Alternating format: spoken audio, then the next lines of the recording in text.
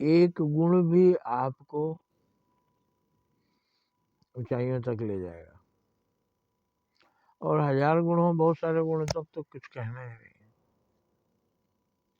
एक गुण भी आपको उद्धार कर सकता है।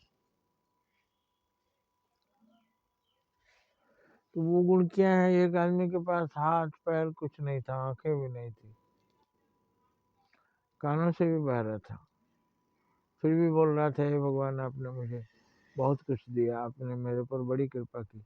भगवान पक गए। उन्होंने पूछा कि भाई हमने तो तुमको कड़ी से कड़ी सजा दी, हाथ भी नहीं, पैर भी नहीं, आंख भी नहीं, बहरे भी हो,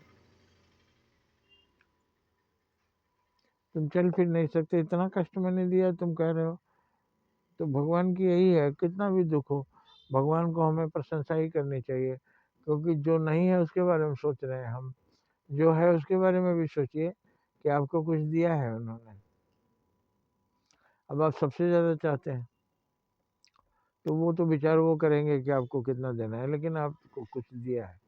तो उससे उन्होंने पूछा कि भाई तुम अंधे भी हो, बहरे भी हो, लंगड़े हो, लूले हो, तो फिर हमको धन्यवाद कर दिया। भगवान ने कहा, भगवान से उस भक्त ने कहा, भगवान आपने मुझे एक अच्छी आवाज़ दी है, और ये मंदिर के बाहर मैं सुंदर भजन गाता हूँ, और लोग रुक कर सुनते हैं और पैसे चढ़ाते हैं, पैसे फेंकते हैं। इसी के लिए 2-2 सेवक हमारी सेवा कर रहे हैं।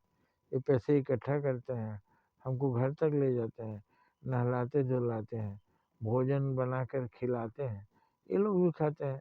तो आपने मुझे ऐसा दिया कि मुझे 2-2 सेवक मिले हुए हैं। बहुत से धनवान लोग अपने काम करते हैं, उनकी सेवा करने वाला कोई नहीं होता, हमारे पास सेवा करने वाले। ये सब आपकी वजह से है। तो आप अब नहीं समझ पाए कि हमको क्या दिया है आपने, और मैं धन्यवाद आपको क्यों दे रहा हूँ। क्योंकि जो नहीं है उसके लिए लोग भगवान की गाली देते हैं, और जो है उसके लिए धन्यवाद देना भूल जाते हैं। हमें गाली नहीं देना चाहिए, हमें केवल धन्यवाद देना चाहिए भगवान को। उसी तरह से सबके अंदर भगवान है ना, तो हम किसी को गाली ना दें, क्योंकि उनके अवगुणों को देखेंगे तो हम गाली देंगे। हम उनके गुणों को देखें, तो एक गुण भी हो तो उसकी प्रशंसा करें। एक गुण ही हमें आगे ले जाएगा। कोई अच्छा गायक है, कोई अच्छा धावक है, कोई अच्छा पहलवान है, कोई अच्छा क्रिकेटर है, कोई भी एक गुण को विकसित किया तो वो धनवान हो जाता है, उसको किसी तरह का दुख नहीं रहता। हमारे पास तो बहुत सारे गुण हैं, किसी भी गुण को विकसित करके हम देवता बन सकते हैं। जय हिंद, जय भारत।